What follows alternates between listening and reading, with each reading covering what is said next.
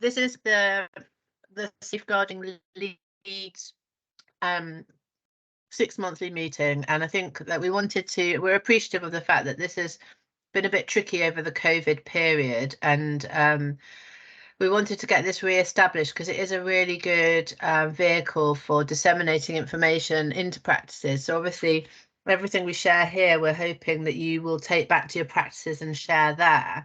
And it's just about getting extra information about safeguarding and activity in the safeguarding arena across Bury.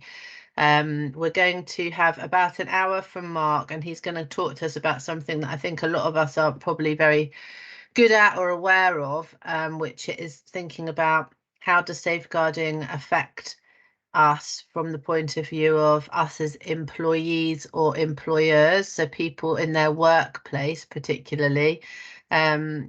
So we're going to talk about that, and then after that we're going to do like half an hour of just chat about what's going on in Bury at the moment, what the themes are coming out of the serious case reviews and the safeguarding adult reviews and domestic homicides, and particularly as they affect primary care.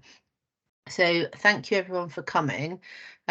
Just to reiterate, this is obviously we're doing this on Teams. I think Teams is a way of doing things. I don't know what everybody thinks about going forward, whether they want to get back to the face-to-face type of approach for this 6-monthly meeting, because I really felt that it allowed us to have a bit more interaction with each other and have more helpful conversations. Some people, those of us who work in the ICB or across the local authority, we're 100% used to being on Teams all the time now. I mean, I literally look at my laptop for 3 whole days every week and don't even remember that I'm not seeing real people. But other people aren't that keen on talking on Teams, so maybe face-to-face is better. So I don't know what everyone's views are. Have a mull over it and we'll come back to it at the end of the meeting, which I think is going to be about an hour and a half, if that's okay with everyone. And we'll just take some views about how we want to plan the next one, which will be in about 6 months' time. So with no further ado, I think we'll, again, our huge thanks to Mark, who is our local authority designated officer. He's going to talk to you, I'm sure, about all of that. And he's going to give us probably what is going to be a lot of food for thought for GPs, I think, in this next hour. So thank you so much, Mark. Thank you. So just to feed on that, so if I say to you in 13 years as a LADO, I've probably had about 3 referrals from GPs, so not very many. So and you are a major factor in this sort of thing. So I'll just gonna do my, I've got to share my screen first, so I don't always forget to do that. I'll keep an eye on the chat and questions for you, Mark. Yeah, by all means. I'm conscious of your time, so I'm going to try and gear it for about an hour, if that's all right. And then that gives you your half an hour, because I know how busy you all are.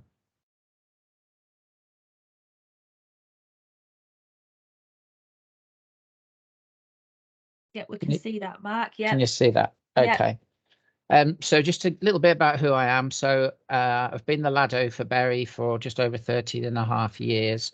And the role of the LADO is managing allegations against professionals or volunteers who regularly work with children. So your one-off parent who's helping out on a school trip, they wouldn't be classified regular if they go and clout a child, you know, while on the trip. It doesn't come under the LADO. I'm not saying it wouldn't get dealt with, but the LADO doesn't get involved. It's about people who work regularly, as I say, volunteering or employed to work with children. Before I was the LADO, I was a police officer in the Met Police for 30 years, the last 10 years of that as a detective on a child protection team. So I come at you potentially with 23 years experience in allegations by people in positions of trust. So quite a heavy subject, and hopefully talk about it and help you to educate you a little bit about what your really important role is. So although a lot of people know about Ian Huntley, I think it's quite important when starting off something like this that we always remind ourselves, why are we here and why are there managed allegations? So just to touch on Ian Huntley, so those of you that might have seen the recent TV series called Maxine, covered it quite well. So back in the 2002, I think it was, Ian Huntley had killed Jessica and Holly. When the investigations started and serious case reviews, as they always do, it was found that he'd actually been investigated 9 times for sexual offences on young people, and he'd never appeared at court for any of them.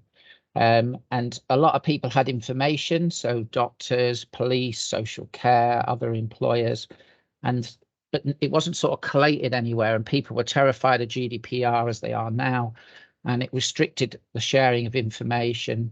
But from the Bechard report, this paragraph came out of it. And the most important thing is that it's our task to make it as difficult as possible for people to abuse children. And that's a joint effort by all agencies, including yourselves as GPs and medical professionals. And the LADO role was born in around 2007 because they found that there was all this information, which, of course, if people are convicted and go to prison, that's high in the public domain. Lots of people know about it. The police convict people all the time. But it's the low-level things, and you as GPs are going to be sort of quite instrumental in that you might pick up on issues around people who might work with children at the small end. So in the investigations I used to deal with, involving sexual offences, in particular violence on by people who work with children, there was always a point when I used to look at disclosure material, whether it be GPs, whether it be school material, social care material. So you've got your big incident here, and when you start to look into it before you go into court, you find out as you look back on it, you think, well, if that had been dealt with properly back there, we probably would never have got to here.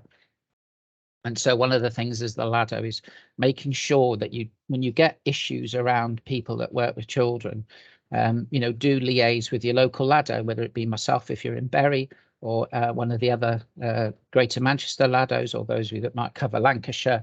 They've got 3 LADOs there and a whole team of people. Obviously, they're much bigger. Whereas in Bury, there's only me, and I only work 4 days a week with no admin support, so it's quite busy. As Marie will always know, because I'm always moaning at Marie about how busy I am. So what is an allegation? So it's when a person who works with children has behaved in a way that has harmed or may have harmed a child. So harmed is quite straightforward. There'd be some kind of injury or maybe a sexual assault on somebody, or they may have harmed. So it doesn't actually have to be any harm. It's just that the behaviour may be stopped at a certain point, but if it had continued, they would have caused harm. And the easy way I tend to talk about it is if I picked up an item and threw it to somebody and said duck when it was about halfway there, and they managed to duck and then it smashed behind them. If they hadn't have ducked, it would have hit them. So it sort of may have harmed. So it doesn't actually have to be actual physical harm. And it's possibly committed a criminal offence against or related to a child. So it doesn't actually have to be potentially a crime, but it might be one. Now, no disrespect to you as GPs, you may or may not know a lot of criminal offences. Me, with my background as a police officer, I should know what a crime is. And I've had meetings with the Bury MASH and the Bury PPRU, the Public Protection Investigation Unit, who cover child abuse offences as well as domestic violence. We've sat down and they've said, hey, look, Mark, if you get told information in the beginning, you can assess whether it needs to come to us as the police to be a crime. What's very important for you to understand is if you pick up the phone to speak to the police, especially in GMP, and just say, can I run this past you? And you use the word like assault or hit, that is potentially a crime. The police are under an obligation to report it as a crime. That doesn't mean to say it'll be investigated as a crime, because you have the allegation in the beginning that can be anything. You have the investigation in the middle, and you have the outcome at the end. And we'll talk about that in particular as we go through. So one of the things I have to do whenever I get any information is I have to assess it straight away and think, do I need to tell the police this information, or can I give it just to the employer and say it's an employer internal investigation? I'll talk about that in a second. Has the person behaved towards a child or children that may pose a risk of harm to the children that they might work with or children that they look after? What you also have to understand with LADO management allegations, it's not just about people and their work, or volunteers and their work. It's also about the care of children outside of work, so in their private life. So it can be about the care of their own children around domestic violence. So if you hit your own children and you work with children, when the police turn up, if they know that, they're going to refer it to the LADO, or they should do. And that's where you come in as GPs in a way, because if someone comes to you like a victim of domestic violence, you know, and you're talking to the woman who's got bruised or something like that, or the man even, or the child, you know, and they're talking about being hit by people, the question you should always be asking is, you know, what the perpetrator, whatever the perpetrator is, what role is that person? And if there's someone that works with children regularly, and I would also suggest, and I'm sure Kathy would say as well, vulnerable adults, if they work with those, then you should run it past your LADO, or in Bury, we also have a PIPOP officer, a person in position of trust officer, who, similar to a LADO, the regulatory authorities and the guidance is slightly different, but we pretty much do this a similar sort of job, whereas the LADO is very specifically statutory guidance in working together, and also with children in particular at schools. It's keeping children safe in education. And there's also the Greater Manchester Triac safeguarding procedures, which is sort of an anomaly of the two and expands a bit more on the circumstances. And I recommend that you try and read that amongst all the other reading you have to do. If you get 5 or 10 minutes, it's about 11 pages long, and it covers what I'm supposed to do, what you're supposed to do, etc.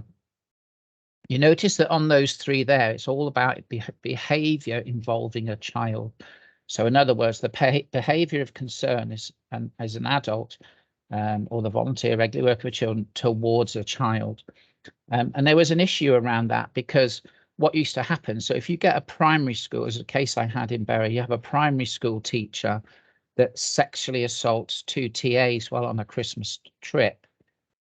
Although that person's going to get dealt with, it wouldn't come under the LADO, because although they work with children, they don't, the offending and the behaviour isn't towards or involving a child. So LADOs didn't have any oversight of that, even though the person was working with children. So I'm the regional rep for the Northwest, and so I sit on the National LADO Network. So we get meetings once a month where all the LADOs in the country, through their reps, discuss various issues, a bit like yourself, what you're doing, and to try and get good practice and try and make sure we're on the same page, because I'm sure many of you, depending on who you have contact with through LADOs, there's 240 LADOs in the country, and we have 240 versions of what the LADO role is. It's not set in stone. So we try and work together to all sing from the same hymn sheet. And one of the things we brought up was issues like I was saying about that teacher. So the DfE back in 2020 brought in a 4th threshold: behaved or may have behaved in a way that indicates they may not be a suitable person to work with children. And this is very much where you come in. If there's a concern about a person which may affect their suitability to work with children, so mental health issues, drugs, alcohol, DV, you must also consider referring to the LADO. I'm going to expand on this in a minute.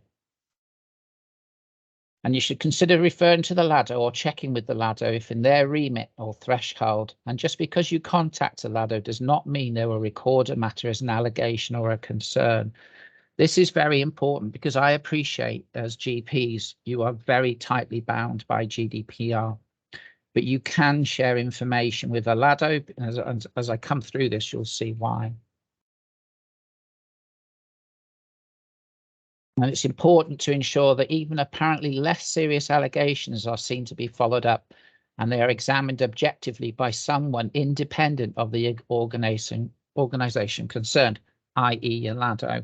Your LADOs are supposed to be very experienced. New LADOs, so if you wanted to be a LADO, you'd have to be a social worker. Working together in their wisdom, for whatever reason, decided that actually ex-police officers, for instance, who might spend their career dealing with allegations by people who abuse children, sort of myself as an example, that actually we're not good enough to be LADOs. You have to be a social worker now, unless you were somebody who was already employed as a LADO by the time the guidance changed.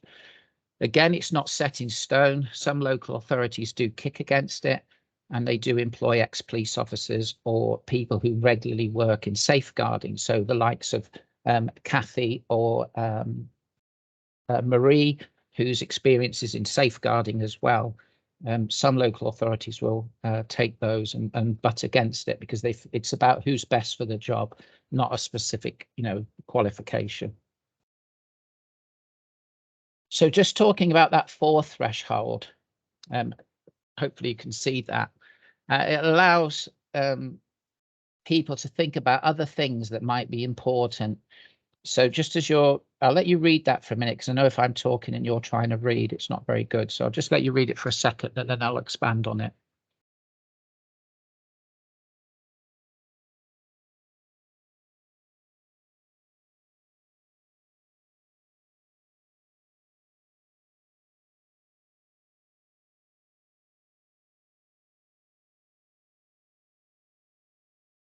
And in particular, you'd probably be thinking about that 4th threshold, about mental health, because again, that's a very sensitive subject. So I was one of the group of people that we sat down both regionally and nationally, because when the DfE guidance came out with the 4th threshold about are you not a suitable person to work with children, it had no guidance with it whatsoever. It was just bang, it was there.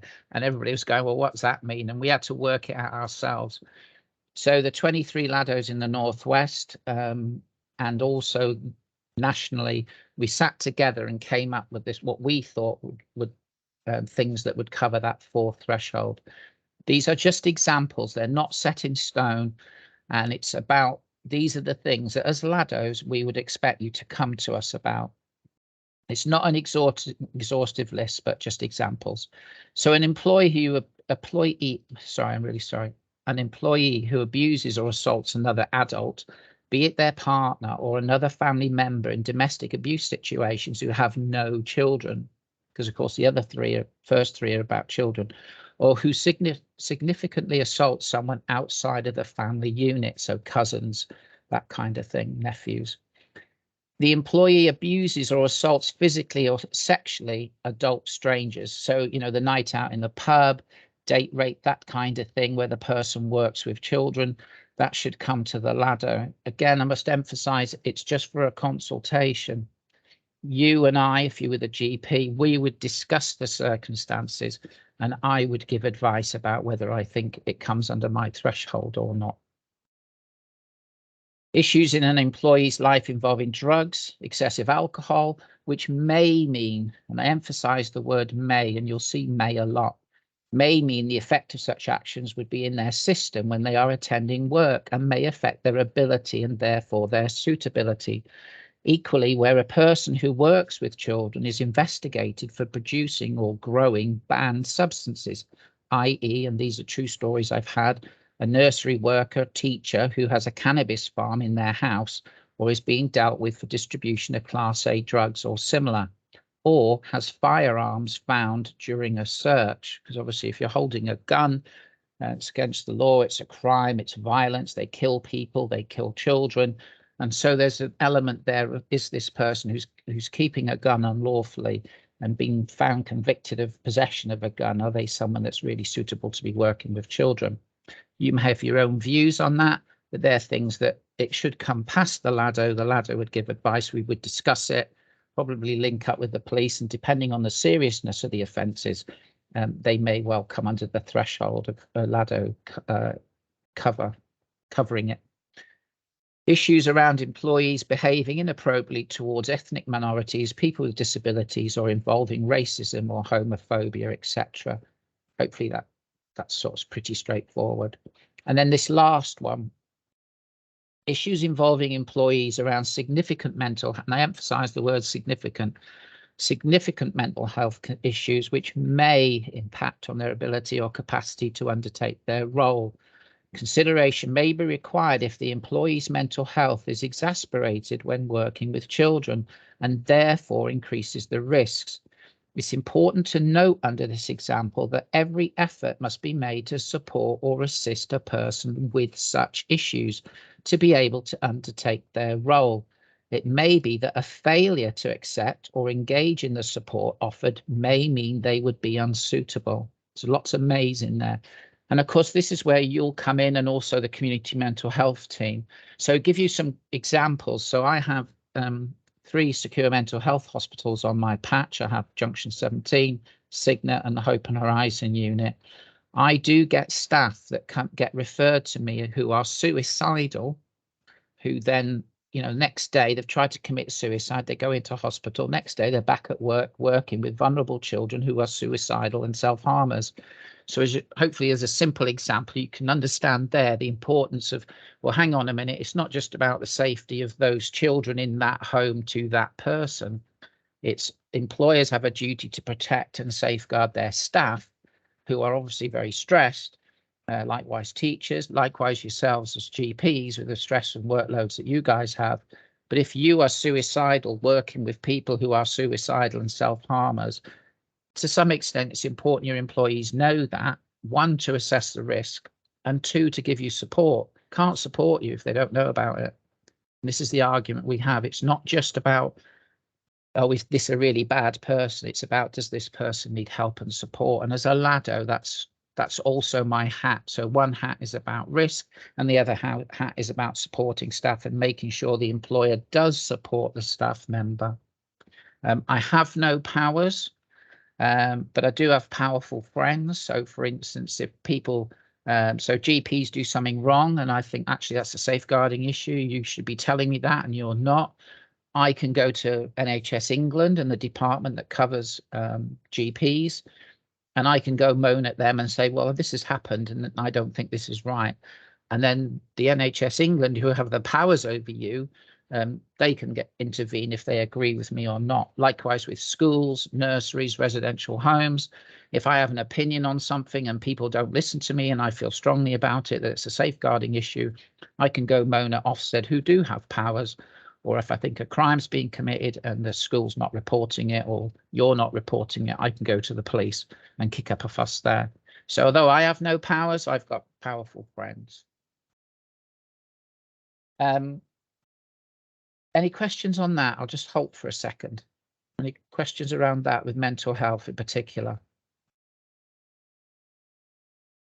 No? If not, hang on at the end, because I will hang on if you want to for a minute, if you want me to ask me any questions. And no one's put the hand up yet, Mark. Okay, I'm not going to assume I'm that good, even with Kathy's thing of me.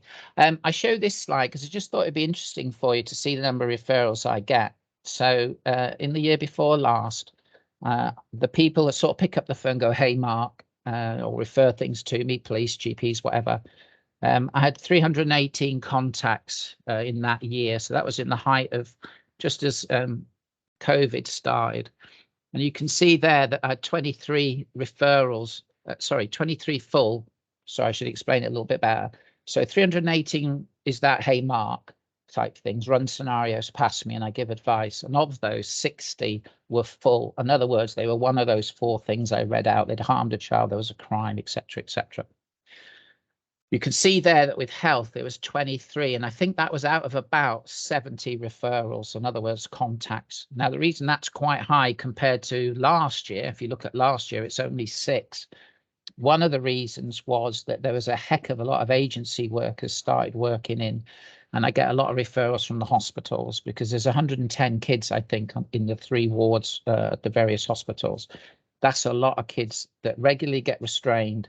They regularly get IM'd and they regularly get put in seclusion for their behaviours. And of course, the Mental Health Act covers that and staff have powers to do that. But one of the things I have to do, and I link up closely with Marie, and sometimes I dip in with Kathy, is if I feel that actually the use of force has been excessive and outside the use of the Mental Health Act, I might kick up a fuss about that or just question it. And I go to Marie for support. And occasionally I've gone to Kathy, both of whom are extremely helpful, because I'm not a doctor and I'm certainly not a psychiatrist. So last year we only had 6, and I think it's because agencies had settled down. We still get a lot of agency workers, and they're the bane of my life, whether it be in teachers, residential homes, or hospitals, because they come in, something goes wrong. The hospital, the school, the residential home goes, we don't want to use them anymore. They go back to the agency and they just disappear into the ether. to carry on maybe elsewhere. And my job's trying to hunt them down and find out, well, how did you deal with that issue? You know, did you just let them go? Well, we're not going to use them again. Well, what did you do with them then? Because these people just float about, and these are the people that can be risky people.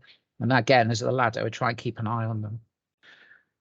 You can see that most of the allegations that go to full are in education. Last year, my workload shot up by 1/3.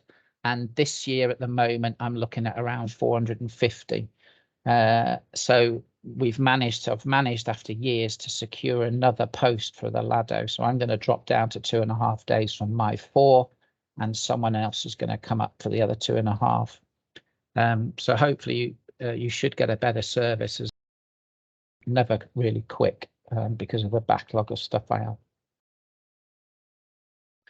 So what is working with children? There's no clear guidance of what's meant by that.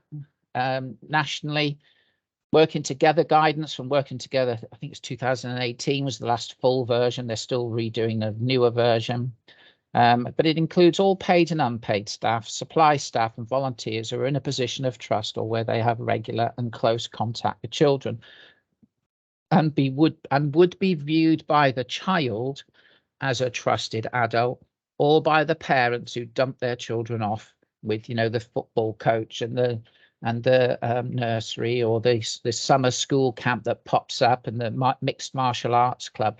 People think, oh, they must be all vetted and checked, so we're going to just drop our children and off we go.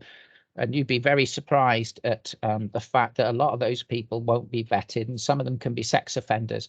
Because if they're working and volunteering or helping someone who's a fully qualified person, and they're supervised all the time, they don't get barred checks on them because they're supervised.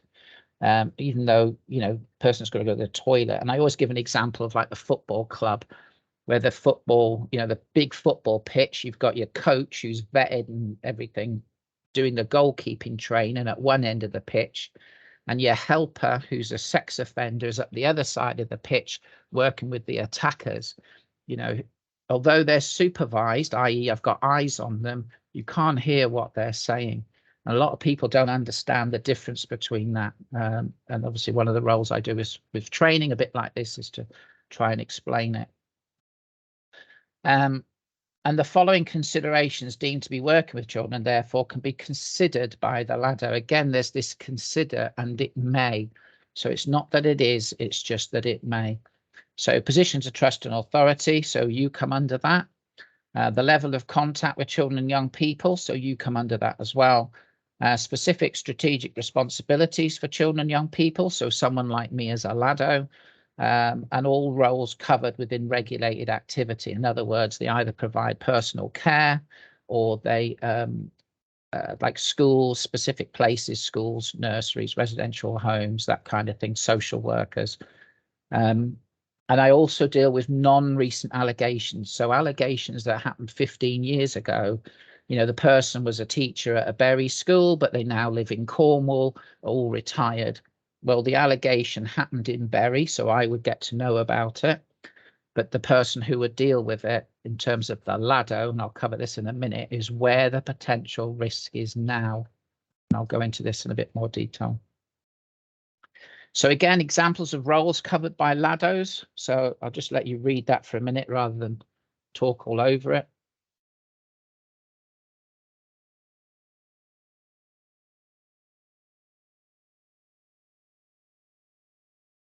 You can see you're in there as green. So just a couple of little anomalies in some of those. So childminders are self-employed. They obviously come under Ofsted, but you can have unregulated childminders as well. So they would come under the Lado as well because they regularly work with children, although they're paid privately by a parent. Police officers are a bit of an anomaly because it's not all police officers. They're investigated normally by the Police Complaints Authority, by the I can't remember the proper name for it now, but police officers do come under Lado for people who are child protection officers because they're regularly working with children. FLOs, family liaison officers, because they tend to work with children as well.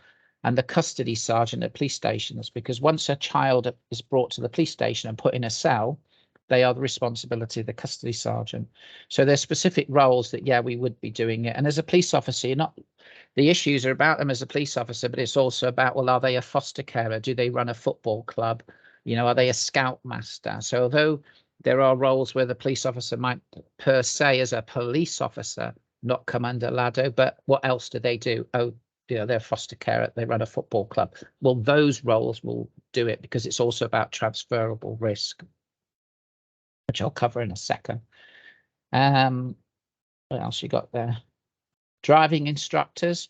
So obviously some driving instructors teach people under 17. I get quite a few of those, you know, the sexual assault. He rubbed my thigh and, you know, putting my seatbelt on, touched my breast, that kind of thing. And if the child is under 18 or even with adults, you know, because of course the driving instructors teach children under 18, sometimes 16, a lot of the time 17. So driving instructors come under me, doctors because you give personal care, and of course you also come under PIPOP as well if you're dealing with adults.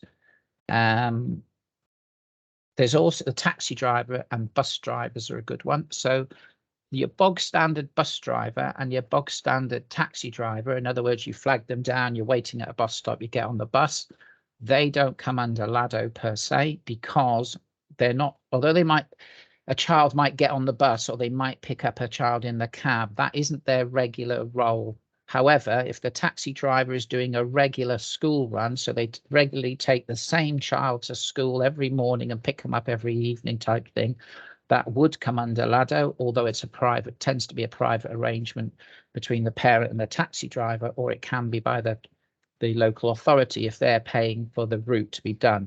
Same with bus drivers. Bus drivers are who regularly do the school run with the same bunch of kids, they would be classified coming under LADO. And the reason you think, well, that's a bit, why is there an anomaly? So it's a bit, I always explain, it's a bit like McDonald's. So McDonald's staff regularly serve kids, but they're not in care and control of those kids. Kids randomly come in, randomly go out. And it's a bit like that on a bus and a taxi, unless they're on the specified routes. Hopefully that explains that a little bit. So what does a LADO do? I manage and oversee individual cases. I provide advice and guidance. I liaise with the police and other agencies, that's including you. And I monitor progress of cases for timeliness, thoroughness and fairness.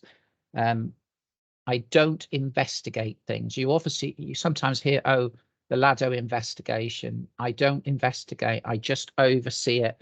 So it's a bit like, you know, if it's raining and you hold up an umbrella, I just oversee it and make sure everything's going on underneath as it should be. So I link in with the police and their investigation, obviously with a bit of a background in the police. Sorry, just get rid of that.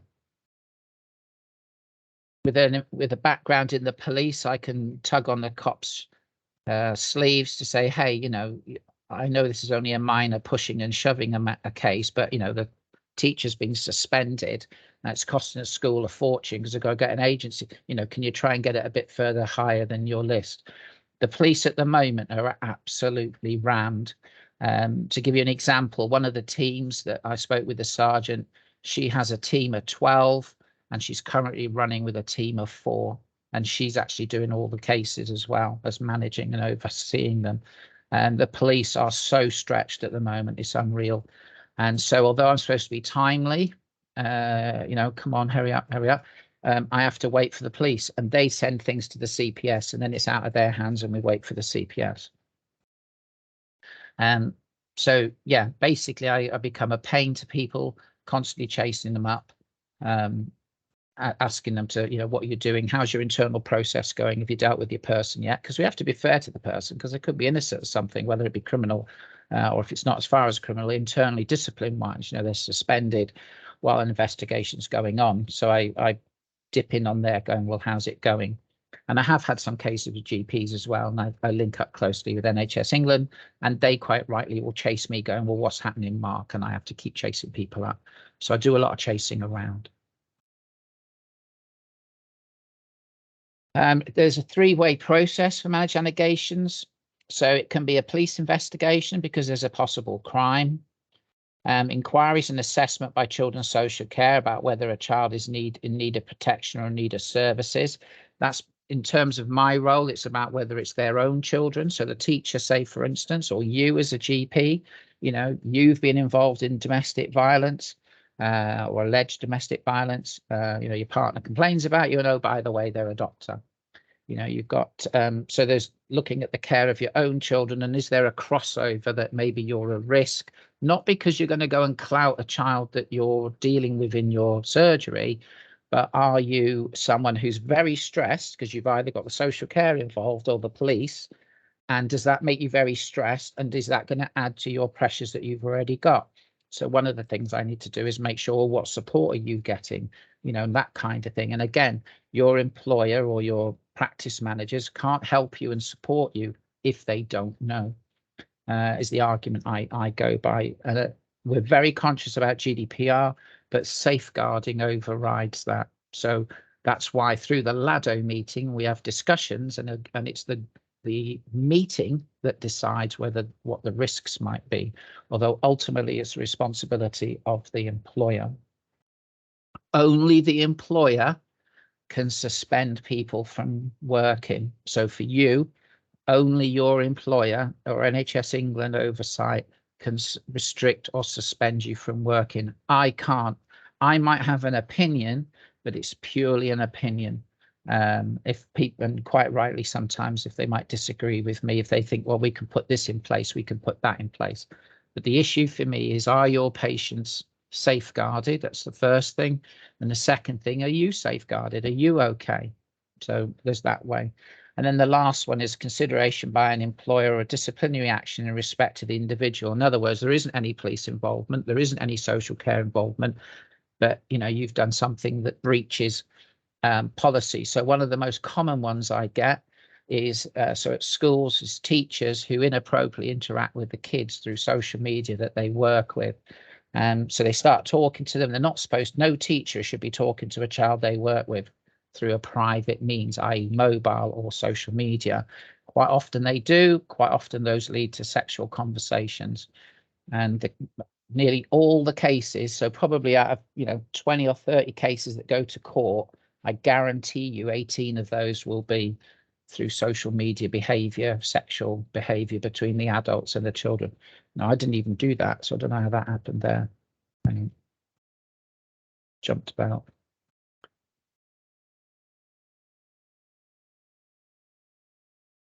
Cross-border issues. So just to clarify which LADO, so if you're ever thinking, well, I think I must have to do something with the LADO. So the LADO manages allegations relating to the area in which the person works now. So if the person lives in Bury but works out of a school in Stockport, that is where the risk is in terms of working with children. So it would be the Stockport LADO that deals with it. If a historic case comes in, so the allegation is that historically at this school, this teacher sexually abused children at that school in Bury, but now they go and work in a school in Cornwall. The Bury LADO does get to know about it, so they'll record it, but the actual LADO who'll cover the investigation and monitor it daily is the LADO in Cornwall, because that is where the risk is now. So the behaviour is not in Cornwall. Behaviour was 10 years ago back in Bury. And the only difference to that is foster carers, because foster carers live at home and they work from home. So foster carers, it's where they live. So it's the LADO where they live. And also for private tutors. So people who, so I've had a couple of music teachers I've dealt with in the past, and it's the LADO where they live because they tend to work from home.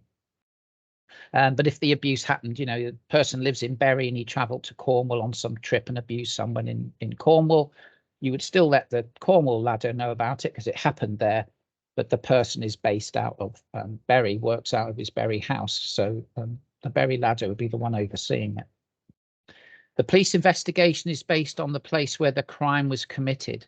So the going back to the one where the crime happened in Bury 10 years ago. So that's Bury Police. So they are the investigating police because it's where it happened. But the person now lives in Cornwall. So obviously for Bury Police to investigate it, they'd have to travel all the way down to Cornwall. But what they sometimes do is the Laddos will link up. Laddos will have meetings, and the Cornwall police would do the interviewing and arresting of the suspect down in Cornwall.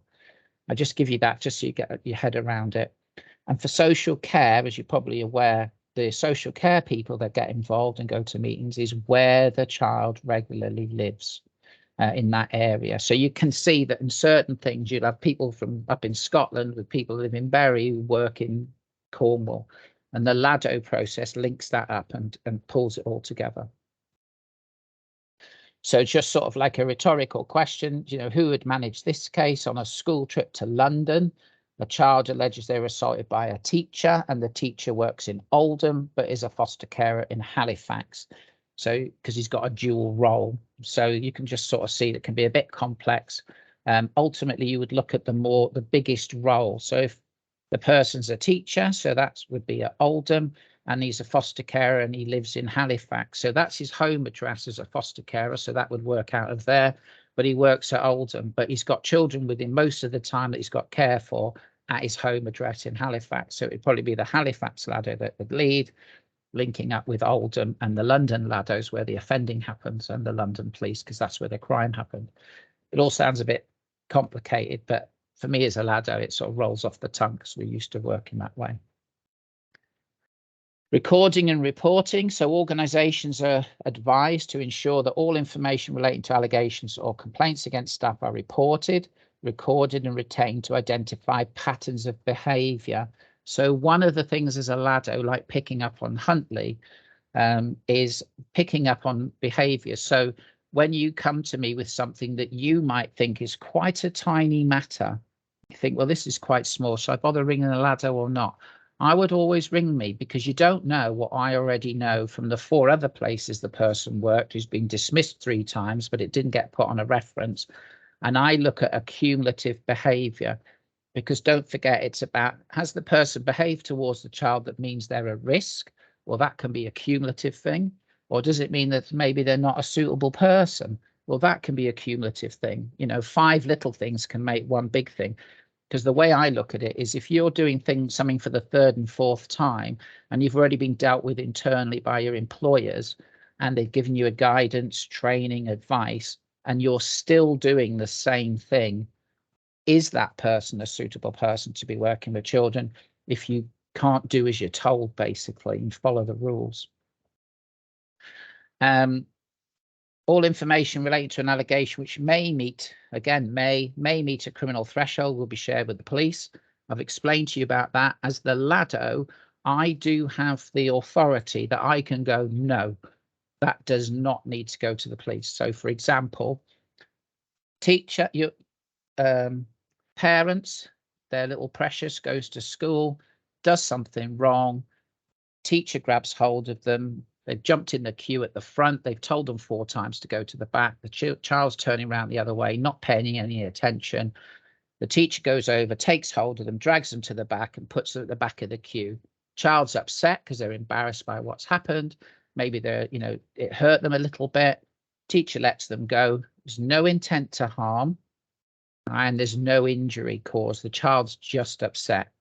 So the child goes home, tells mum, mum rings in going, my child was assaulted. Technically, that's a crime because the teacher's laid hands on the child. Was it a reasonable action to do? Possibly. Is there guidance that tells teachers about using of force in schools? There is. It's called the use of reasonable force. And I would advise you to have a look at it, because although you don't use force in your surgeries, it helps you to understand, like teachers in particular, because they're the main ones, apart from police officers, that lay hands on people, and obviously the children in the secure mental health units. There are powers that, you know, you can lay hands on people and it won't necessarily be a crime. And that's schools and the hospitals are one of the most frequent things I have to decide on do I need to let the police know? Is it an inappropriate action? In other words, well, you could have done that a different way. Or is it something, oh my God, I need to refer it to the police? So I have that authority. I can make those decisions, and all Laddos do. Some of the other Laddos who've not got a policey background, probably a little bit more hesitant to not refer to the police because they don't want to get it wrong. Whereas I'm quite positive about it. I'll go, no, I don't think that's a crime. However, I will make sure that advice goes back to the parent. And if the parent disagrees, they can ring 101 and sit on the phone for an hour and report it to the police. But I can give guidance to schools going, no, you don't need to report that to the police. You deal with it. It's inappropriate at worst. It's not a crime. There's no intent to harm that child. There isn't any injuries. And they haven't been deceitful because they're open and honest and went, oh, yeah, I did this and that. But little bit different if they lie about it. Say, oh, I never touched him. And you've got CCTV showing, you know, he dragged him all over the place, banging him into furniture. So then you've got an element of deceit there. And if they've been criminally negligent, and I can give advice on that as well about their behaviours. Sorry, yeah. Yeah, sorry. There's a couple of questions in the chat about DBS, which we can come to at the end. Yeah, I'll cover that. Yeah. Yeah, Lawrence has got his hand up. Yeah, go on. John to come in, Lawrence.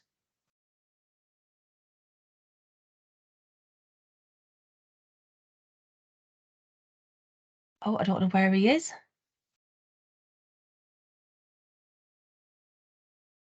So I must have caught it in error, so it wasn't intentional. Oh, right. Okay. No so I do problem. apologise. I'll try and take it down. Oh, thank you. I must have moved my mouse. Okay. Okay. Should I carry on? Yeah. Yeah. Sorry, apologies for the interruption. No, that's all right. I'm trying to take it down. There we go.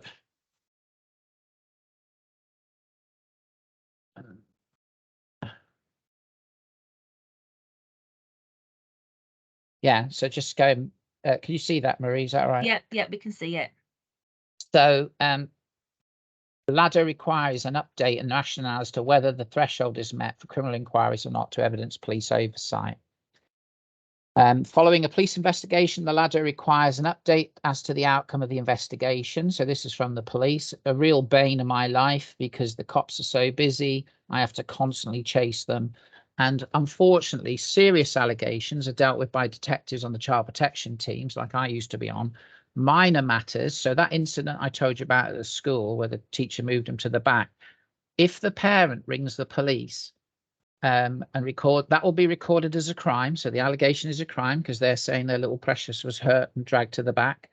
And there's no injury, but it's still a common assault potentially. They'll be assign it to an officer, but they won't assign it to a detective that knows these sorts of things in and out. They'll assign it to a beat officer who works early, late and nights, has got caught, got annual leave, might be off sick. Those allegations can take 2 or 3 months to investigate. And I've yet, touch wood, all the ones I've ever said, no, that's not a crime. I've never had it overturned when they go, Blimneck, Mark, you should have reported that to us. It was clearly a crime. Eventually they get closed. I facilitate the school to collect statements and accounts and CCTV. We give that package of information to the police, and eventually it filters its way down to the investigating officer, who with the 8 million other things they've got to deal with thinks, no, I don't think there's a role for the police here. And it's very important for people who are get suspended from things like that because they take months. It's a lot of stress. The employer has to bring people in. For people like yourselves, you know, as GPs, if you get suspended in terms of, well, either you're suspended or you have to have someone sat with you the whole time, because again, remember what I said, if you're supervised all the time, that's different than if you're not supervised all the time. But you're GPs, so you come under regulated activity because you give personal care, and obviously you make decisions around children and stuff like that, as well as vulnerable adults. So you clearly come under LADO and PIPOP, depending on what your doctor role is. So I want to be updated all the time. So whether the member of staff is perceived to be a risk or unsuitable, whether the employer can begin an internal investigation, because allegations against staff, they go down like a parallel train track. So you've got there's the allegation, oh, it's really bad, it's gone to the police, so there's a criminal investigation, but you've also breached policies and procedures in your behaviour. So they run parallel, but while the police investigation is ongoing, the internal investigation is just like halted for a minute. But of course, what I want to know is, okay, so these investigations are ongoing, everyone is waiting, the police are going to take 3 months at least, maybe before they speak to the person. But I want to know from a safeguarding perspective, well, what else does this person do? Are they a football coach? Are they a scoutmaster? Do they carry out other roles other than the role that they may have been involved with, or in their personal life, or their role as a teacher that they've now been investigated by the police? Are they a scoutmaster? I need to know those sorts of things because I need to share information or consider sharing information with those agencies if I think there might be or may be transferable risk. Yeah,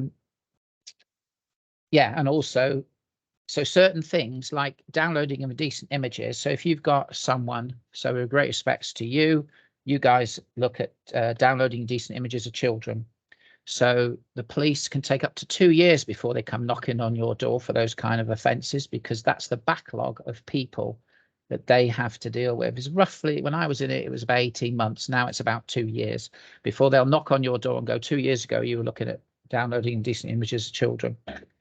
And so with those kind of offences, they only have an indication that you've downloaded stuff. They seize all your IT. So they'll seize your work IT, your phones, your kids' phones, everything that's connected to that IP address at your home, if that's where you did it. They'll seize all that. That can take up to a year to interrogate. So, of course, for you, because you'll say, well, I didn't do it, or maybe you did do it, I don't know, but they still got to wait until the IT is interrogated before they do it. So that case, from a criminal perspective, might not be advised on for 9 months to a year. Now, in the meantime, what does your employer do with you with that? Because obviously that's a bit of a dodgy thing. And, you know, what you're going to do with it while this. So depending on what information the police will share, sometimes, depending if they'll share certain information, the case may be proved against you civilly, i.e. beyond the balance of probability, rather than beyond all reasonable doubt for criminal. So a bit like Brexit, you know, 49-51 type thing. As to whether how you're going to be dealt with by your employer or through the LADO management allegations process, rather than waiting till the criminal process comes in. Whether the employer can have a copy of any witness statements, and one of my bugbears is when police officers take statements from people, and this includes you. On the back of the form, there's a little tick box that says, I agree, meaning you making the statement, I agree that this can be released to a third party. And what that means is it can come to the LADO process or the internal disciplinary, because the police, because it'd be quite helpful to your employers or employers to have copies of those police statements rather than to have to chase down and get them again later, you know, and apply for them. And especially around fostering, I work very closely with fostering teams. I always want outcomes from the fostering panel. Because you can have allegations that don't go anywhere, but the fostering panel thinks, well, actually, these carers didn't follow proper procedures, and we're not going to authorise them to be carers anymore. So they get dismissed from being a carer in Bury, and then they suddenly appear in Cornwall.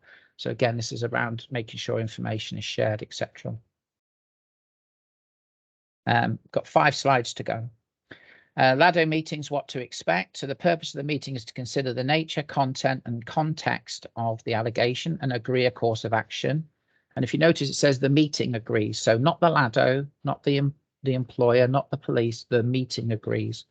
It's expected that professionals attend and have completed some preparation beforehand.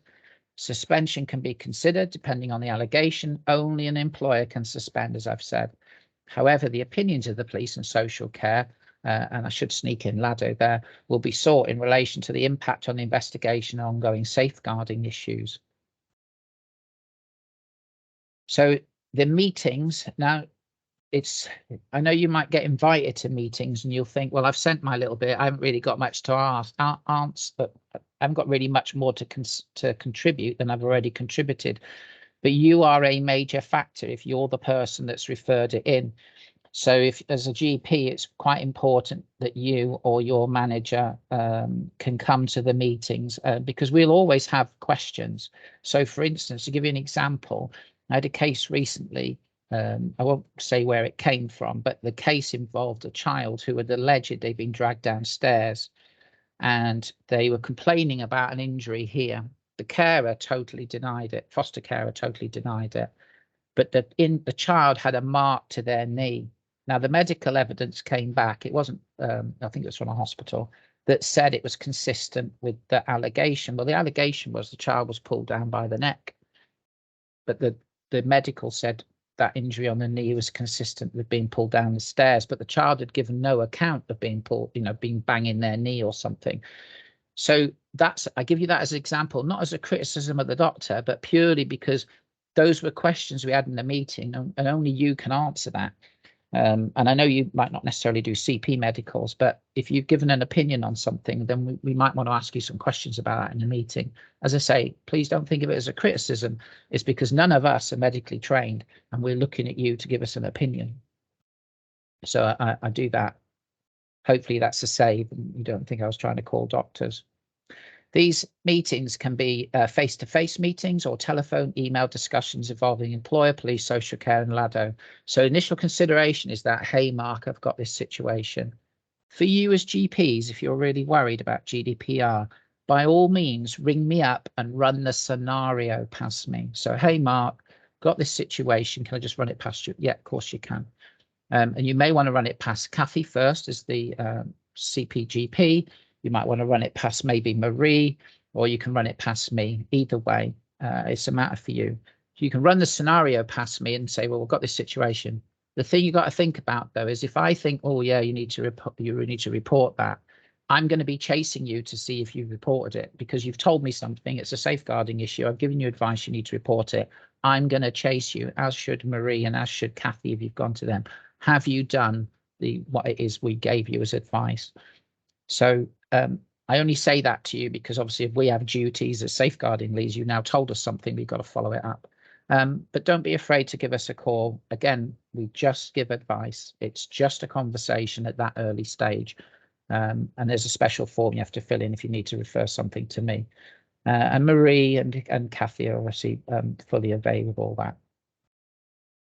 Allegations may not meet the threshold, and if so, no further action is required by the LADO. So in other words, I don't need no more to do with it. You deal with it in whatever way.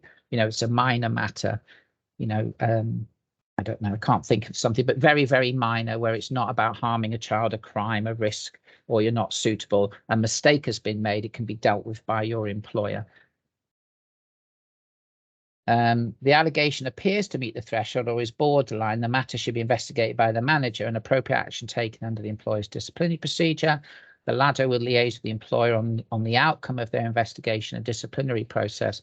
So this is something whereby, say, going back to the teacher one, where the teacher grabs the child, but actually there's a bit of a mark there. So potentially harm. The police decide, no, it's not a crime.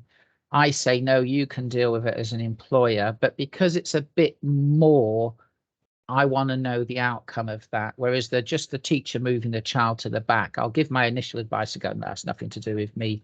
You deal with it. I don't necessarily need to know the outcome. Although I will keep a record of the incident, but not necessarily all the details. And so the same would go with people where it's a bit more serious, but I'm not going to have meetings and bring the police in and social care and loads of strap and take 4 months on it. Going to say you're going to deal with it, but you need to let me know the outcome. Again, keeping a track of this low-level information, as I talked about. And in schools in particular, they have a special bit of guidance now in keeping children safe on page 103, I think it is. Again, something to have a look at, because although it's schools, as a surgery, you might want to just keep a little track of low-level issues that your staff might have. Information suggests that the threshold is met and an investigation by the police and/or children's social care is required. If so, a strategy meeting must be convened. This initial consideration can all be done through phone and email in the beginning, and maybe a quick Teams meeting. Strategy meetings, we got a bit quicker.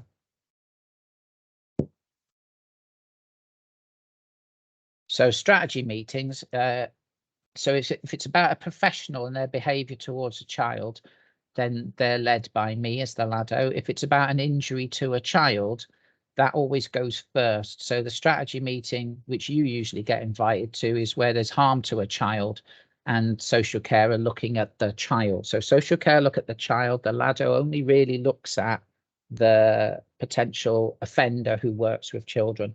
It's not that I don't care about what happens to children. That is not my specific role. My role is the offender or the person of potential concern. I want to know what's happening to the children. I want to know what harms happen to the child. And I do, I check with social care, or I check with the employer if it's a school or a nursery, what's happening with the child. Or you as a GP, how's the child getting on? But my focus is, well, what's happened to the offender? The invitees will include the police, social worker, employer, senior managers, personal advisors, and others with relevant information, GPs. Purpose is to share information about the allegation, including details of the alleged perpetrator, the victim, and actions taken so far. A written report account is always helpful and expected. So again, from you guys, when you go, oh yeah, this child's come in with a bruise, we might want your opinion on that and your assessment of that. And the meeting will agree an action plan, including the conduct and timing of police social care, if it's a Section 47 investigation, disciplinary action and measures to safeguard children and young people. Internal ones. So an employer may suspend an alleged perpetrator. I don't like using the word I'm going to have to change that. It's not a perpetrator, it's a person of potential concern. Be aware of a stated case. You shouldn't be suspended unless you've had an opportunity to give your side. So an employer might be told something by me as the LADO to say, hey, look, this GP's done something at home. They've clouted their wife or children. You need to consider suspending. They should ask you for your side of it first. It's not like an interview, because then quite rightly you might want a solicitor and all that. It's not that kind of thing. It's ask you for an account. So they shouldn't be interviewing, go, oh, what happened next? Did you do that? Did you do this? Because that's an interview. What they can say is, oh, the LADO has shared information that you were involved in a domestic incident at home, that the police were called. Could you please tell me about it? And you'll go, blah. They might ask you to write it down, and that would be it. So you're not being interviewed. You just ask for an account, because the employer has to decide what to do with you, because it's not just about what I say or the police say. Well, you have a say in that as well, especially around suspension or a restriction of your ability to be a GP. And obviously, Kathy in particular can give advice on that, and Marie, and also NHS England, who cover concerns around your conduct under GPs. Evidence gathered as part of an investigation should be passed to the employer to complete the disciplinary investigation. So if there is a police investigation, the employer, so in your case, NHS England, they can apply to the police for copies of statements, your interview with the victim, and then they will do their own internal investigation to an outcome as they see fit based on that information. If the allegation is substantiated, in other words, you did it, either you're found guilty at court, or in an internal disciplinary process, they find you guilty of something. That doesn't mean to say that they might dismiss you, but it means that you did it. Where was I? Yes, but if you are dismissed, or a cessation of use of your services, or you retire, or you resign before the outcome of the investigation. So people pull a fast one. Where they clout some child, they think, right, something's going to happen to me, I'm going to leave. And then when they're asked for an account, they go, no, I'm not going to give you one. Well, the employer, and I fight tooth and nail about this, the employer should carry on an investigation to an outcome based on what they've got. If you don't want to participate, that's up to you. But we have to err on safeguarding. So we're always going to be a bit more on the heavier end of safeguarding than the, oh, well, I think it'll be all right. We want to think, well, actually, it might not be all right. You should get notified of an outcome, even if you don't participate, and you will be informed that, the outcome is going to potentially appear on a reference.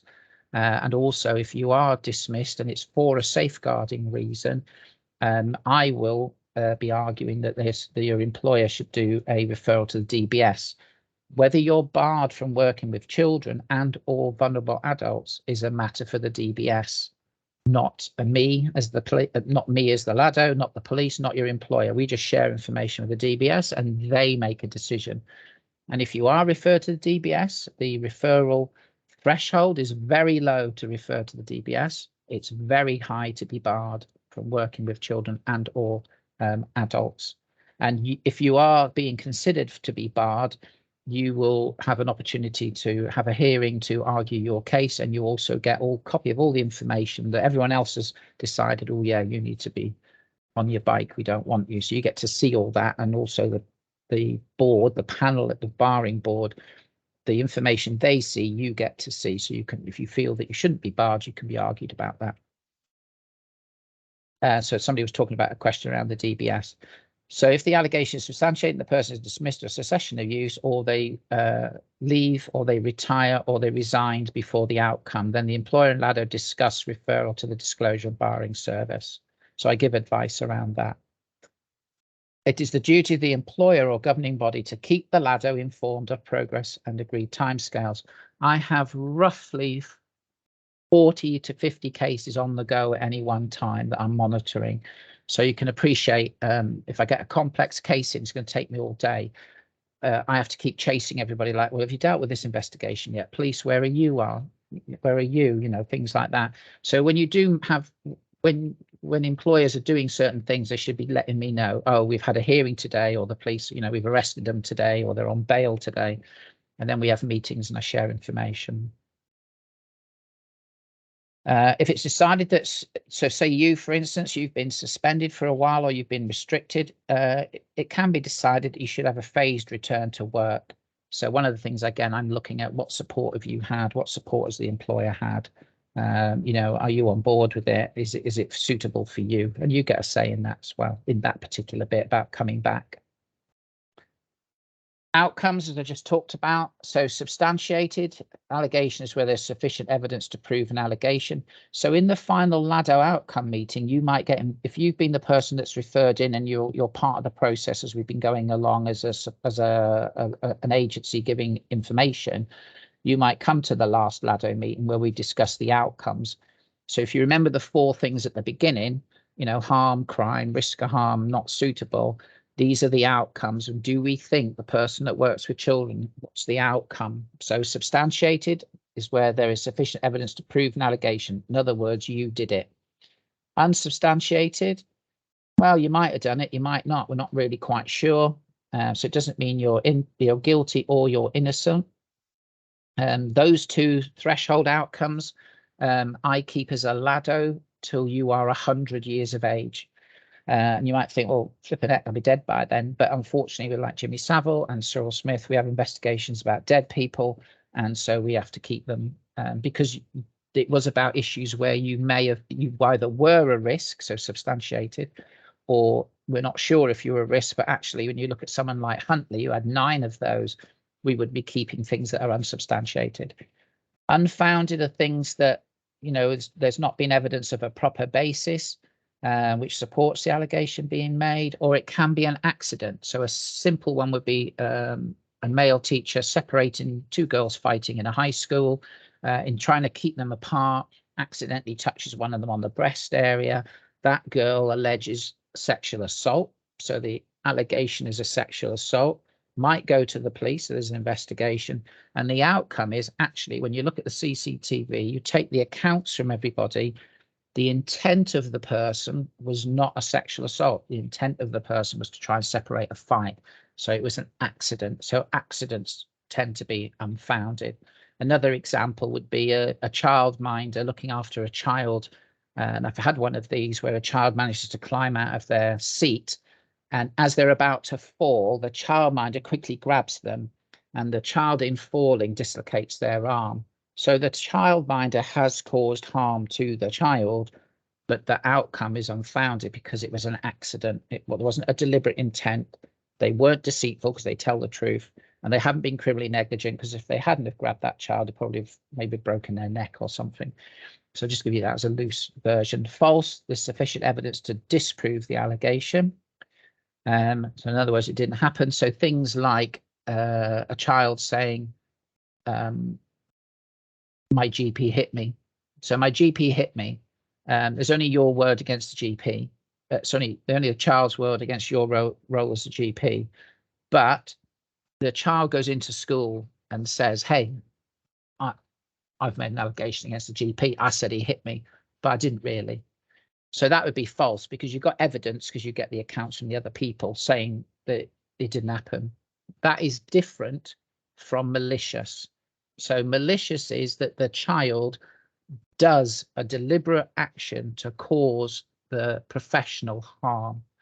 So for instance, so you as a GP, you have a child in 16, 17, you give them an examination, it's all above board, and they say, actually, you sexually touched me over my clothing.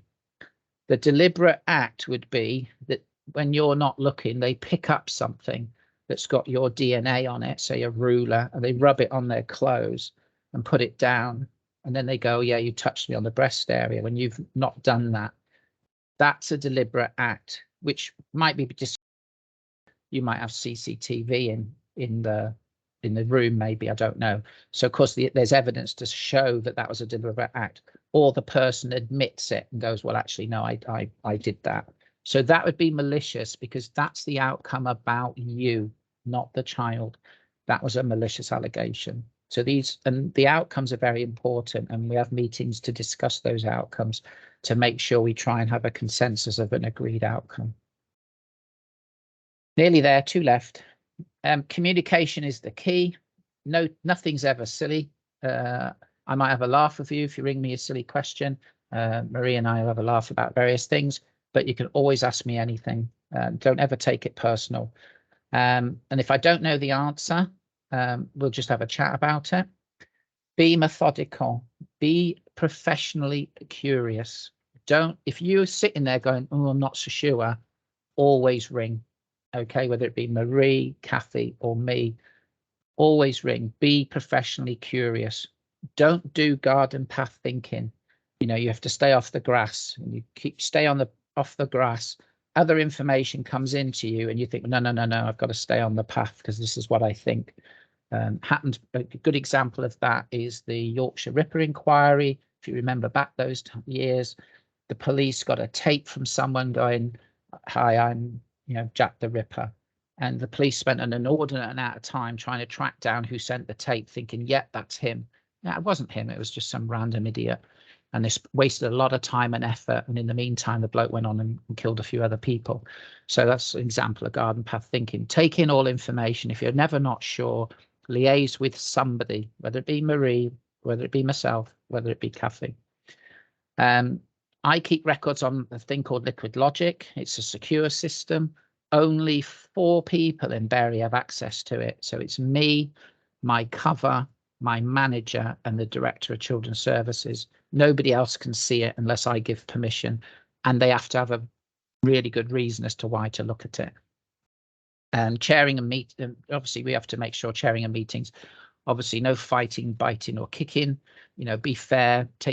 One of the things I like about teams is, as the chair, you can control that a lot better rather than have loads of people talking over each other. So I quite like teams. And just to remind you, really, the Bishard inquiry and those 2 poor girls, that always bring it back to that. Why are we doing safeguarding? Why are we here? Why is your role as GP so important? And there's my details there. I will send this to Marie. She can send it out to you. There's not many notes to it, but by all means, you've got my details there, and you can give me a ring. That phone number's wrong. It's not 6168 anymore. I'll get that corrected before I send it out. Thank you, Mark. That was really excellent, and I think brilliant. we'll have given everybody quite a lot to think about. So I think it'd be really helpful for everyone to have those slides as reference, because there was a lot there, and I think that probably the most important thing from today is that people remember your role and how to contact you, and the fact that you are there for advice, and always pick the phone up, because I think it does feel like quite a minefield, potentially some of this. There is a question. It is, yeah. There's a question here. So obviously people have been putting about the DBS. I think you've been quite clear about the DBS.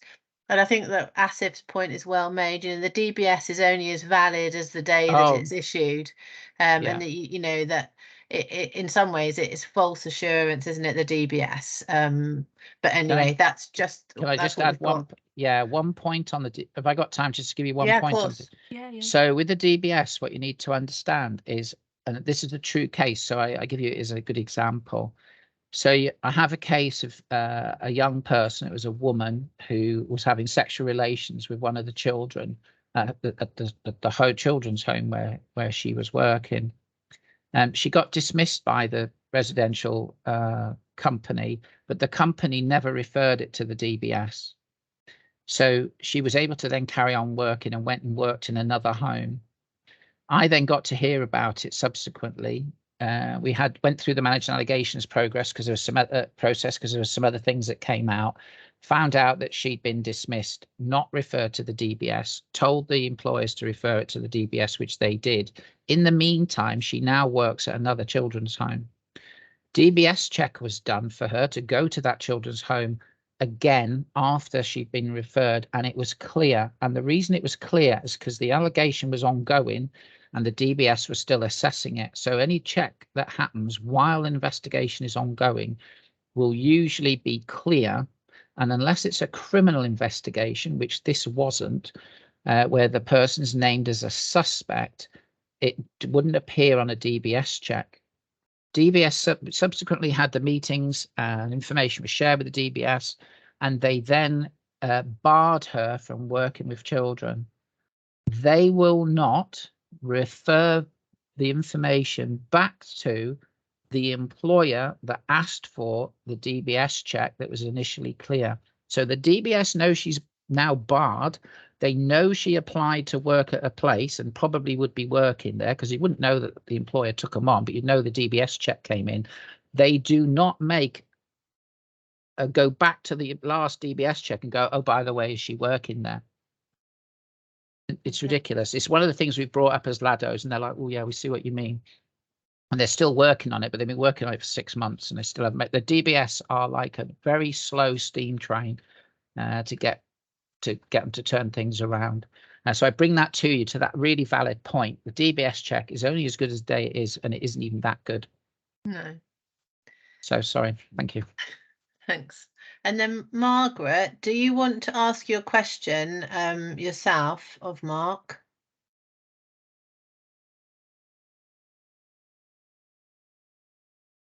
I'm not sure if are you still on the call? Because I'm not too sure. That's all right.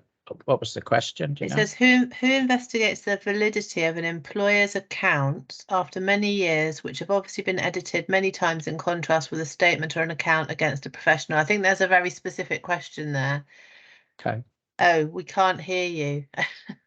Who, me?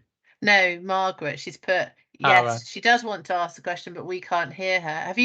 Are you muted, Margaret, or your microphone's not working? Maybe.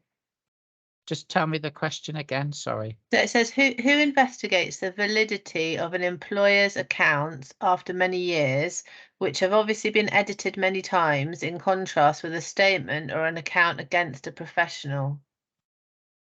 So if I'm understanding that right, is that something where you think, okay, so let's say it's a GP refers something, they make a statement about something about someone, and well, it shouldn't get edited really, because the statement is the statement.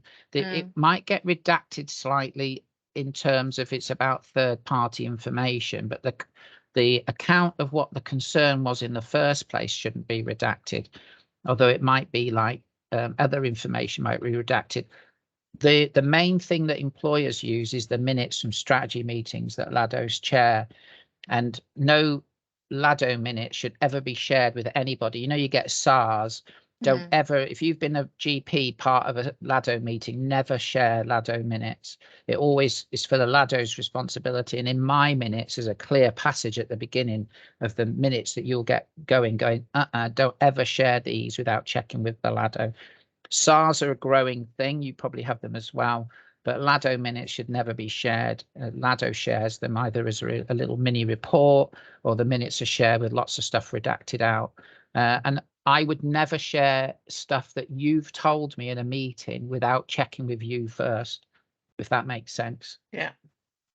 So it's something, and if we disagree, then we might go to another third party or your information governments or mine around to make a decision about, well, yeah, you need to put that in or not. But I do not share information without checking with you first, and I don't share third-party information either. So if you were telling me, like, you know, the patient's mum's got mental health issues and the issues around the patient, we would be editing. We might have that conversation, but the information about the mother would be edited out. Okay. That makes sense. Janine? Sorry, Matt, can I just, when you refer to then SARS, Yeah. SARS to me means safeguarding adult reviews. Is that Oh. what you're? No, No. Subject access requests. Right. Okay. Sorry, just to clarify. No, thank you, because you're No. quite right. I've heard SARS in your meetings and I know that they're different, but yeah. So subject access requests. So this is where a patient says, I want to know about information about me, the patient, and what you've got. And your practice will have guidance on that. And I'm sure NHS England has guidance on that as well. So I think now, Mark, we've got Afzal's got his hand up, but I think it might be Margaret. Am I right? Oh, No, it's me. It's me. Oh. The Margaret has not come up yet, so Oh, she she may not? turn up. She may turn up if she wants to ask questions directly. Mark, thank you very much. It was really very nice, very intense, and very much in detail. Just want to ask you a couple of things. First of all, basically, like your contact, where do you normally base in Bury? I'm based in my house because I now work from home. I used to work at St Mary's Place, but it's closed. Technically, my work address is at Knowsley Place, 3 Knowsley Place with everyone else. But I actually work from home because I have, as you can appreciate, I have a lot of sensitive conversations. And in 3KP, it's a big open plan office. And I've had it before at Christmas time when they shut St Mary's Place and I had to go and sit in 3KP. I start talking about a teacher at some school and somebody will pop their head up going, my kid goes to that school or my child goes to that nursery. So, you know, you have to like whisper. So at home, it's a lot easier. And of course, that's why I always wear earphones as well. If you ever see me, I'll always be wearing these. And as far as contacting you is concerned, obviously, these contact details which you are leaving on the screen, they are for the GPs. But can we actually advise public or the people basically to contact you directly? Yeah, you can do. There's a web page on the council website for Lado. In fact, if you just put in Bury Lado, it will guide you to the web page, and you can get my details and my email address. It's straightforward. My email address is just lado@bury.gov.uk. So there's only me and whoever's covering me when I'm off that will pick that up. Marie knows I only work 4 days a week, but I look at it all the time because there's too much going on. I can't afford to miss anything. Right, okay. And my mobile, the landline telephone for me is not 6168. It's 5342. So 253 5342. But my mobile's on virtually all the time. You can just ring me. Right. Okay. Now, a couple of questions. I just basically want to ask from the practical point of view. Like, suppose if the patient turns up to the surgery and start with telling me about something regarding sexual exploitation in the community. And obviously at this up to the stage, not only the harassment in the beginning to start with, and now up to the level of exploitation where alleged perpetrator basically is demanding for the money to keep quiet. Otherwise, he is going to break the news to the family member or to the husband or to the wife. And is coming up to the stage where obviously he's threatening to do this or to do that. Now, the patient is telling me all that in the surgery face to face, but at the same time, she's not giving me the consent to break it to anywhere, not to let anybody know, because she thinks by doing that, she's going to end up in a bigger trouble. And she's not letting me to do any further action on it. And the perpetrator is not registered in my practice. So he is somebody, he's like a taxi driver, but he's not my patient. Now, what can I do in a situation like this when my hands are tied? I cannot take any further access from the GDPR point of view. The patient is not letting me to do anything further on it. I have given them the advice, the patient to advise to contact the police. I have actually signposted her to do, and that I have documented everything. And I have actually asked her to let me know in 2 weeks' time whether you have contacted the police or not. Otherwise, I have to go against your wish in the broader interest of the community. But she came back 2 weeks after and she still said, no, I have not contacted the police, because then the police is going to contact different people and the news can be broken out in the community, and obviously I will be in trouble. So what should I do in a situation like this? And the second question, if I just simply ask, chaperone, we do tend to ask people for chaperone, but this very often they refuse to have a chaperone. It's not I'm talking about examining female patient, but even sometimes for men patients, if we examine them, they simply refuse and say, oh no, we don't really need a chaperone. And I document that, and I go ahead with the exam. But suppose a few years later, if they basically start putting allegations against me, what is my defense in that situation? Your defense, starting with the second question first. So your defense would be that you're following whatever the procedures and policies are for your practice at that particular time. So if you're allowed to see a patient singularly and, you know, they don't want a chaperone, if you're trying to have one for whatever reason, then it's exactly right what you just said. You would document it accordingly. If there was anything untoward, you would make a note of it. You know, so say they said something that was a bit bizarre, or you know they started questioning, you would make a note of it. But you just follow your practices, policies and procedures for how you would deal with it and keep a record of it on their record. If they make an allegation, the fact it's very difficult because of course anyone can make an allegation of a sexual nature against anybody, and ultimately it's one person, especially with doctors, it's one person's word against another, so it's very difficult.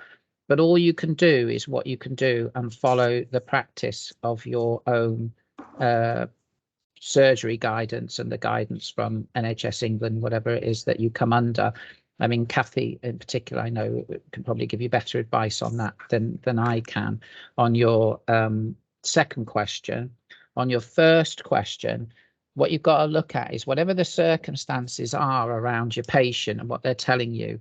If you're looking at something and you think that is potentially either a concern around children being harmed if you don't share the information, vulnerable adults maybe not being shared, harmed, and also the patient themselves. If you feel that that patient is at risk or somebody in the community at large is at risk, then you should seek advice. So maybe I say Kathy, but it could be myself, it could be Marie, or somebody that I'm sure Kathy might say, that's a situation you would discuss that with there first, and then we would decide whether that needs to go to the LADO.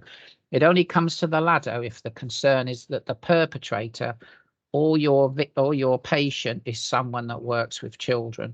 And again, that's one of the roles I do. So you could come to me and ask me and run it past me, and I'll give you my honest opinion. And if I don't know, I go running to Kathy, and she gives me advice.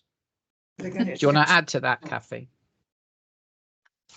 I think that, yeah, I agree. I mean, I think obviously there's quite a lot in that story that probably would want to ask, because obviously you can break confidentiality if you think that the individual themselves is at risk and that the threshold of risk is sufficiently high. But I think we probably need a little bit more detail in order to know how to advise you in this specific case, I would say. Right. What's important as well is with the LADO role, as I hope I put across, is I can't give you advice if I don't know what the situation is.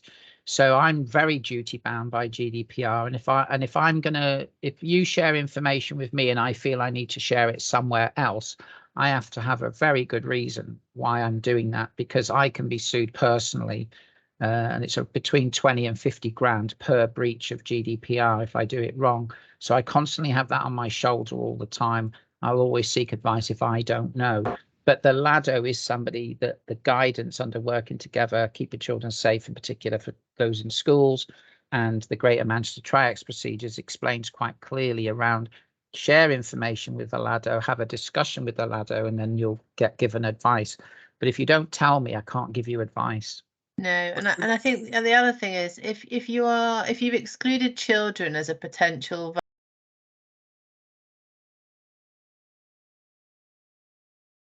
that puts the patient or anybody else in the system at risk, then I don't think you can disclose. And I think the question more is what are they telling you for? What do they want you to do? So it is a really tricky situation, and one that general practice we often find ourselves being the trusted professional that somebody wants to disclose to, but they want you to own that information, which is very uncomfortable.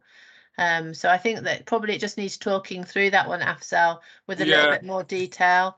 But I think the reason she was talking to me on that issue was as if I can speak to that person directly to ask him to stop, to behave. Otherwise, he would be reported, something like that. She was trying to involve me in that kind of a scenario, which I basically said I can't do anything because obviously he is not registered to my practice and I'm not his GP. So I can't really do anything about him as such. Now, Margaret is sitting with me now. She can ask. Margaret. No, there's a lot of maliciousness out there. And it's not always against particular perpetrators of crime. It's often against the staff and protecting ourselves. It's often inter-staff. So if you get a firm that, for instance, wants to get rid of a person, they collectively can write statements, and 7 years down the line, they can look at those statements against an original one done against the staff that was trying to, that they claimed some sort of crime against or negligence. Yet in the meantime, this firm have edited their statements about 6 or 7 times, which a barrister actually took them to mention it, but they still ignored the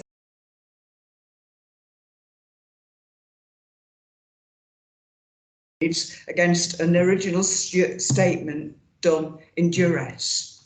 So who investigates the validity of that? Not just says in court, the barrister saying, but you've edited and you've edited. Where does that lead us? You know, how do we get an end to that? That's you're starting to drift into employment law there, which I'm not an expert on. I do get where you're coming from because I've had this in a nursery recently where that very same thing happened of something from 2 years ago. But what's very important when you write that original statement that you keep a copy of it. So it's been involved in LADO meetings. I keep copies of originals all the time. I do have other versions, but there's always the original. So should the police. And so should your employer if there's an internal investigation which had whatever outcome, you'll have it. I think, as I said before, when something's starts going down procedures and there's hearings, things do get redacted out. So it doesn't mean they get. So if you get a set of my minutes, for instance, you'd have a set of minutes and there'd be things blacked out in it that a third party that another third party can't have. So you're entitled to information about yourself. So if I said, oh, you know, I spoke to Margaret and Margaret did this, then that would be in there. But if I said I spoke to Kathy and Kathy told me this, then I might edit that out because it's not something I know.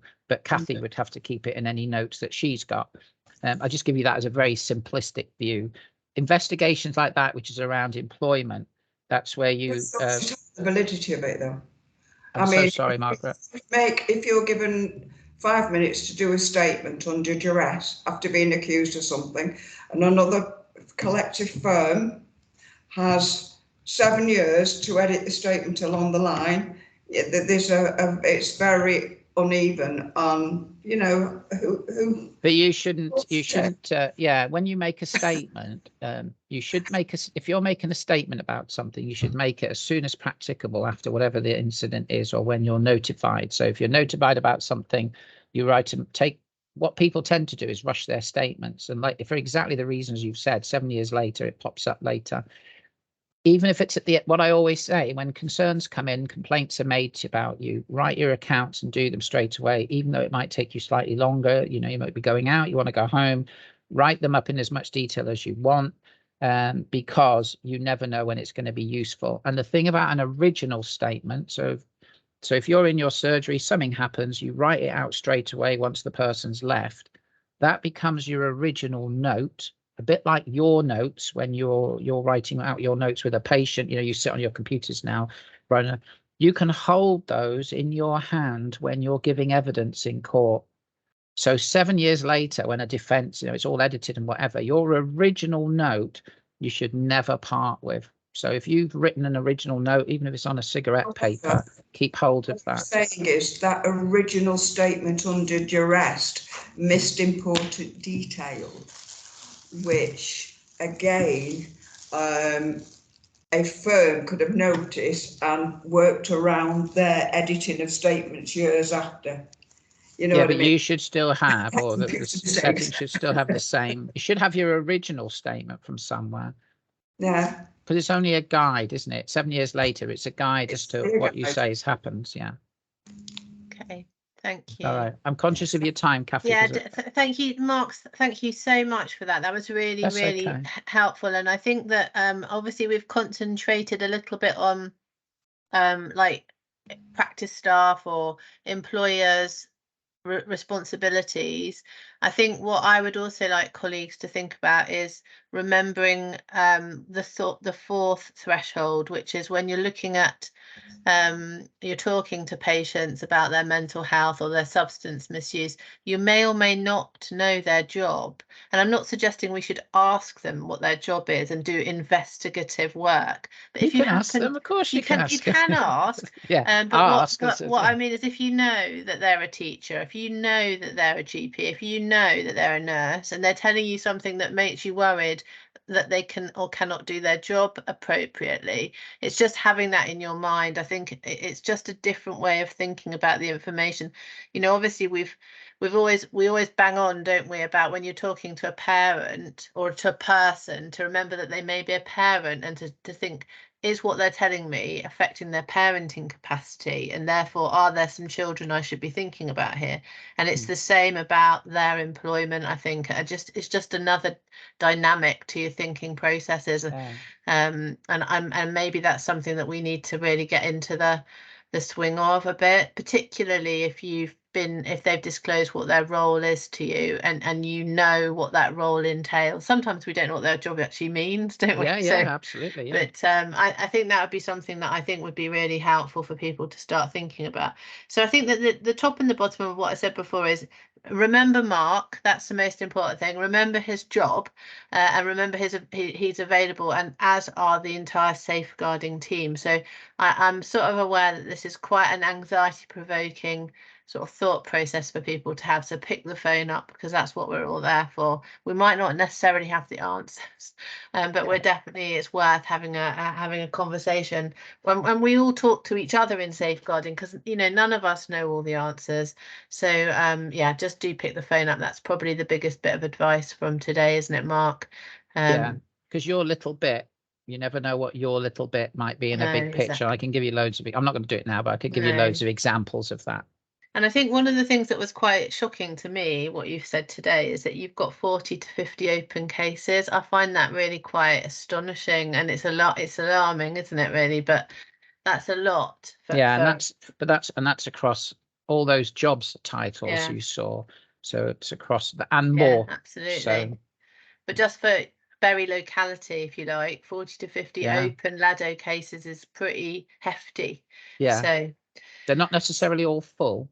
No, but they're things that are ongoing at any one time. Absolutely. They've met a threshold, haven't they? So, yeah, or at least for me to look at, and then it might be that they're closed. There's no further action, so it just depends.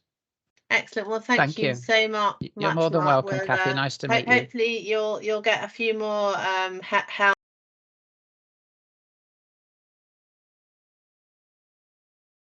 Thank you very much to all of you. Thanks. Take care, all of you. I'll leave you to now. Bye. Thanks, Mark. Bye. Bye. Bye. So, colleagues, the rest of the safeguarding, Lorraine is still with us, but the rest of the safeguarding team have shot off to other meetings. I don't know whether anybody, I mean, obviously that ran on a lot longer than we thought it would, which is no surprise, because obviously he had a lot to really tell us. What we were going to do was just talk through some recent serious case reviews and adult safeguarding reviews, of which we sadly have many. But I think rather than do that today, what I might suggest is we will come back to you with a bit more of a planned, not presentation as such, but some planned information that we want to share and we need to embed in primary care from a safeguarding perspective. What I would quite like us to do is, if you have got any issues that you want us to run through, concerns, cases that you want to discuss with us or each other, that might be, there's a little bit of time to do that now. Or perhaps more helpfully, if you want to pop in the chat any areas of concern that you've got around safeguarding that you would like us to bring back some information to you at the next meeting. So, I mean, I'll just leave it open to you. I mean, we have got so much we could share, Lorraine and I, around recent cases. I just don't think we would do it justice to try and do it in the last 15 minutes, if I'm honest. So I think I would prefer us to come back with a bit more time to run through some of our Berry cases. Any views from anybody? I think you're all still stunned by the Lado presentation. Just a reminder for the admin safeguarding meeting that was discussed before Christmas. Right, so you're going to have to remind me of that, Asif. What was that?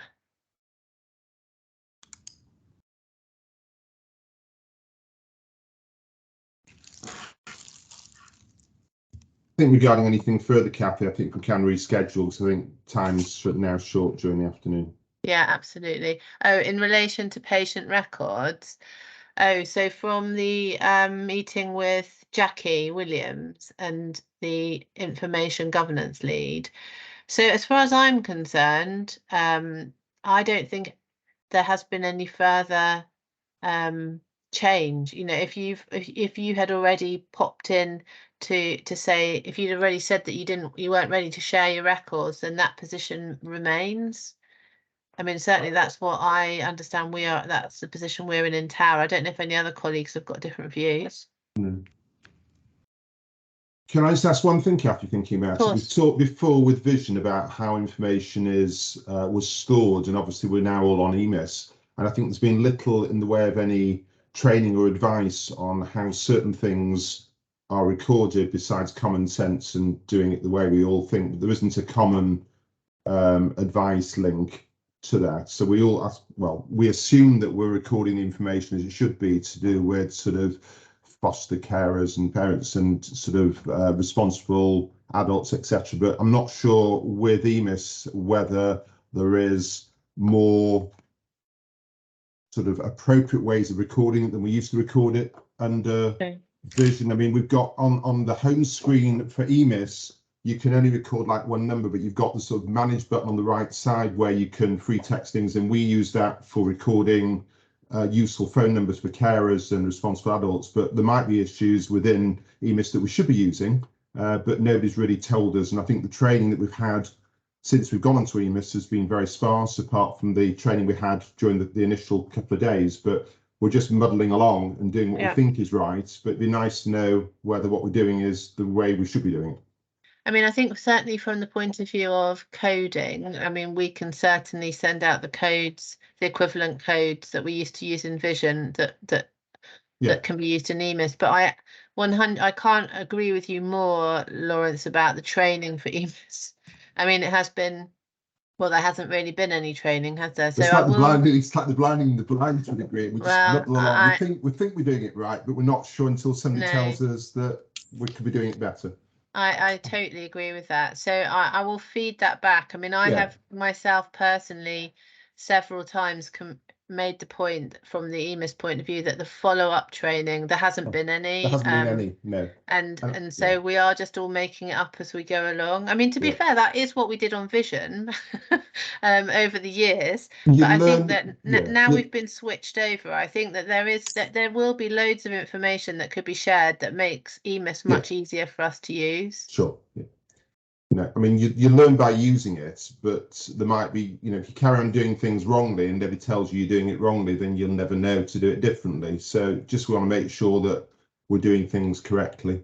Okay, I mean, that's a reasonable. So you've said that Asif is actually quite appropriately asking about how we hide appropriate documents and so on. Yeah. So I think we will put that forward. I mean, that wouldn't be Jackie. We would need someone from EMIS themselves to come. I mean, on Vision, you could put 0 in Yeah. recorded confidential information. I'm not sure of the equivalent on EMIS, which there probably is, but yeah, there definitely is. So Yeah.